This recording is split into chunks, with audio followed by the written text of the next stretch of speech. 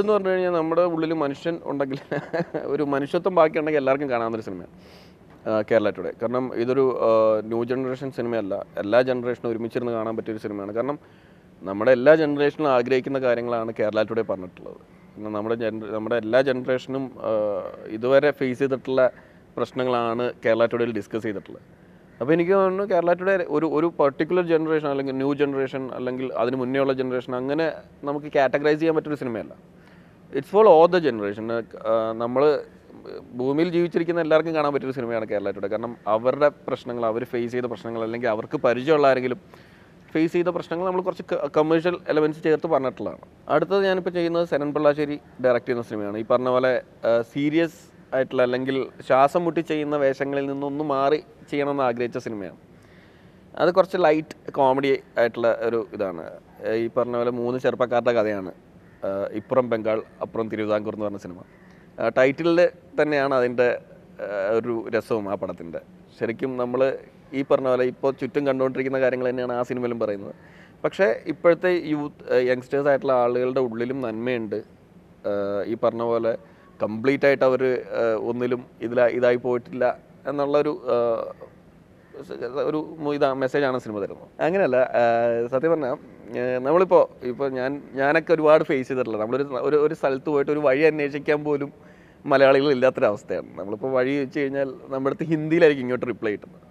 അപ്പോൾ അത്രത്തോളം നമ്മളുടെ നാട്ടിൽ ഇപ്പോൾ നമ്മൾ ബംഗാളികളെന്ന് വിളിക്കുന്ന ഈവൻ ബംഗാളീസ് അല്ല കൂടുതൽ, ബീഹാറീസും ഒക്കെ ഉണ്ട്. അപ്പോൾ അവരുടെ അടുത്താണ് നമ്മളിപ്പോൾ അബദ്ധത്തിൽ വഴി ചോദിക്കുന്നത് പോലും. അപ്പോൾ അതിൻ്റെയൊക്കെ ഒരു എന്താ പറയുക, ഒരു കോമിക്കൽ സൈഡ് കാണിക്കുന്നൊരു സിനിമയാണ് ഇപ്പുറം ബംഗാൾ അപ്പുറം തിരുവിതാംകൂർ. എനിക്ക് തോന്നുന്നു ഇപ്പോഴത്തെ ഒരു ഓഡിയൻസിന് 2 മണിക്കൂർ തിയേറ്ററിൽ വന്നിരുന്ന് കരയേണ്ട ഒരു താല്പര്യമില്ല. കാരണം അവർക്ക് അതിൽ കൂടുതൽ ടെൻഷൻസും പ്രശ്നങ്ങളൊക്കെ വീട്ടിലുണ്ട്, അല്ലെങ്കിൽ അവരുടെ ലൈഫിലുണ്ട്.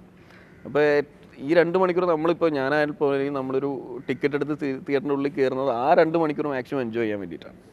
അപ്പോൾ എനിക്ക് തോന്നുന്നു അങ്ങനത്തെ സിനിമകളോടാണ് ഇപ്പോഴും ആൾക്കാർക്ക്. ഇപ്പോൾ പ്രേമമാണെങ്കിലും ബാംഗ്ലൂർ ഡേയ്സ് ആണെങ്കിലും അതിനൊക്കെ ഒരു ലൈഫ് ഉണ്ടായിരുന്നു ആ സിനിമയിൽ. നമുക്ക് എവിടെയൊക്കെയോ കണ്ടിട്ടില്ലേ ഇങ്ങനെ കുറേ പേരെ, അല്ലെങ്കിൽ നമ്മുടെ ലൈഫിൽ നമ്മളിങ്ങനെ ആയിരുന്നില്ലേ എന്ന് തോന്നുന്ന സിനിമകളാണ്. അപ്പോൾ എനിക്ക് തോന്നുന്നു ഇറ്റ്സ് നോട്ട് ഒരു കോമഡി മാത്രമല്ല, അതിനകത്ത് നമുക്ക് ജസ്റ്റ് നമ്മൾ സിനിമ കണ്ടുകൊണ്ട് ഒരു ഡയലോഗിലൊക്കെ ചിലപ്പോൾ നമ്മൾ കണ്ണ് പറയുന്നത്. അപ്പോൾ അങ്ങനത്തെ നമുക്ക് ലൈഫായിട്ട് റിലേറ്റ് ചെയ്യാൻ പറ്റിയ സിനിമാസ് ഉണ്ടെങ്കിൽ അതൊക്കെയാണ് ഇപ്പോഴും വിജയിച്ചിരിക്കുന്നത്. സത്യം പറഞ്ഞു കഴിഞ്ഞാൽ ഇപ്പോൾ ഞാൻ പറഞ്ഞ എൻ്റെ 2-3 സിനിമകൾ ഒരു എഫക്റ്റ് നമ്മൾ വിചാരിച്ച രീതിയിൽ വരാത്തപ്പോൾ ശരിക്കും നമ്മളൊന്ന് പേടിച്ചു. ഞാനൊക്കെ ആണെങ്കിൽ പേടിച്ചു. കാരണം ഇപ്പോൾ ഒന്ന് ജഡ്ജ് ചെയ്യാൻ പറ്റുന്നൊരവസ്ഥയായിരുന്നു. എങ്ങനത്തെ സ്ക്രിപ്റ്റാണ്, അല്ലെങ്കിൽ ഏതുതരം സ്ക്രിപ്റ്റാണ് ആക്സെപ്റ്റ് ചെയ്യപ്പെടുക എന്നുള്ളത്. ആ ഒരു കൺഫ്യൂഷൻ എനിക്ക് തോന്നുന്നു മിക്കവർക്കും ഉണ്ടാവും. ആ ഒരു കൺഫ്യൂഷൻ എനിക്കും ഉണ്ടായിരുന്നു. പക്ഷേ നല്ല സിനിമകൾ ചെയ്യണം എന്നുദ്ദേശിച്ച് വരുന്ന ഒരുപാട് ഡയറക്ടേഴ്സ്, ഇപ്പോൾ പുതിയ ഡയറക്ടേഴ്സ് വരുന്നുണ്ട്. അവരുടെ സ്ക്രിപ്റ്റൊക്കെ ഞാൻ നോക്കുമ്പോൾ അവരുടെ ലൈഫിൽ നിന്ന് എടുത്ത ചില സംഭവങ്ങളായിരിക്കും. എനിക്ക് തോന്നുന്നു അങ്ങനത്തെ സിനിമകൾ നമുക്കിപ്പോൾ റിലേറ്റ് ചെയ്യാൻ പറ്റുന്ന സിനിമകളോടാണ് ആൾക്കാർക്ക് ഇത്ര താല്പര്യം. എനിക്ക് തോന്നുന്നു ഇനിയുള്ള സിനിമകളും ചിലപ്പോൾ ആ ഒരു രീതിയിലായിരിക്കും. കേരളത്തോട് ഞാൻ നേരത്തെ പറഞ്ഞ പോലെ നമ്മുടെ ലൈഫായിട്ട് റിലേറ്റ് ചെയ്തൊരു സിനിമ തന്നെയാണ്. കാരണം നമ്മൾ ഇപ്പോൾ പേപ്പർ എടുത്ത് നോക്കിക്കഴിഞ്ഞ് ഡെയിലി ന്യൂസിൽ കാണുന്നതാണ് അവിടെ പീഡനം, ഇവിടെ ഇങ്ങനെ സംഭവിച്ചു എന്നൊക്കെയുള്ളത്. അപ്പോൾ അതിനൊക്കെ നമ്മൾ റിയാക്ട് ചെയ്യുന്നൊരു സിനിമയാണ്. നേരത്തെ പറഞ്ഞ പോലെ റിയാക്ട് ചെയ്യുന്നൊരു സിനിമയാണ് കേരള ടുഡേ. അപ്പോൾ എനിക്ക് തോന്നുന്നു ലൈഫുള്ള സിനിമയാണ് കേരള ടുഡേ. നമ്മൾ എന്താ പറയുക, ചിലപ്പോൾ നമ്മുടെ ആർക്കെങ്കിലും സംഭവിച്ചിട്ടുണ്ട്, അല്ലെങ്കിൽ നമ്മൾ എന്തെങ്കിലും ഇത് പേപ്പറിൽ കണ്ടിട്ടുണ്ട്, നമ്മളിത് എവിടേക്കോ വായിച്ചിട്ടുണ്ട്, കണ്ടിട്ടുണ്ട് എന്ന് തോന്നുന്ന പ്രശ്നങ്ങളാണ്, നമുക്ക് ഏറ്റവും കൂടുതൽ റിലേറ്റ് ചെയ്യാൻ പറ്റുന്ന പ്രശ്നങ്ങളാണ് കേരള ടുഡേയിൽ നമ്മൾ ഡിസ്കസ് ചെയ്തിട്ടുള്ളത്. അല്ല, എനിക്ക് തോന്നുന്നു എല്ലാവരും അങ്ങനെ തന്നെയാണ്. അവർക്ക് വരുന്ന ക്യാരക്ടേഴ്സ് മാക്സിമം നന്നാക്കി ചെയ്യാൻ ഉള്ള എഫേർട്സാണ് ഇപ്പോൾ എല്ലാ ആക്ടേഴ്സിൻ്റെ ആയാലും.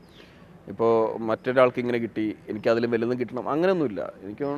ഞാനിപ്പോൾ ഒരു സിനിമ ചെയ്ത് നന്നായിട്ടുണ്ടെങ്കിൽ എനിക്ക് ഏറ്റവും കൂടുതൽ സപ്പോർട്ടും ഏറ്റവും കൂടുതൽ വിഷസ് വരുന്നതും നമ്മുടെ കൂടെ ഉള്ളവരുടെ കയ്യിൽ നിന്നാണ്. അപ്പോൾ എനിക്ക് തോന്നുന്നു ഇപ്പോഴത്തെ അങ്ങനെ ഒരു കോമ്പറ്റീഷൻ ഇല്ല എന്ന് തോന്നുന്നു. അപ്പോൾ എല്ലാവരും നല്ല സിനിമയ്ക്ക് വേണ്ടി ആഗ്രഹിക്കുന്നവരാണ്, എല്ലാവരും നല്ല സിനിമകൾക്ക് വേണ്ടി പ്രവർത്തിക്കുന്നവരാണ്. അപ്പോൾ അത്ര ഒരു കോമ്പറ്റീഷൻ ഉണ്ടായിട്ട് എനിക്ക് ഫീൽ ചെയ്തിട്ടില്ല. പക്ഷേ നമ്മൾ ഏറ്റവും നന്നായിട്ട് എവിടെയെങ്കിലും പെർഫോം ചെയ്തിട്ടുണ്ടെങ്കിൽ, ഏതെങ്കിലും ഒരു സീൻ നന്നായിട്ടുണ്ടെങ്കിൽ പോലും നമ്മളെ വിളിച്ച് കൺഗ്രാജുലേറ്റ് ചെയ്യാൻ അത്രയും സ്നേഹമുള്ള ആളുകളാണ് സിനിമ. എൻ്റെ കൊളീഗ്സ് ആയാലും ഈവൻ നമ്മൾ സിനിമയിൽ നമുക്ക് പരിചയമുള്ള ആൾക്കാരായാലും.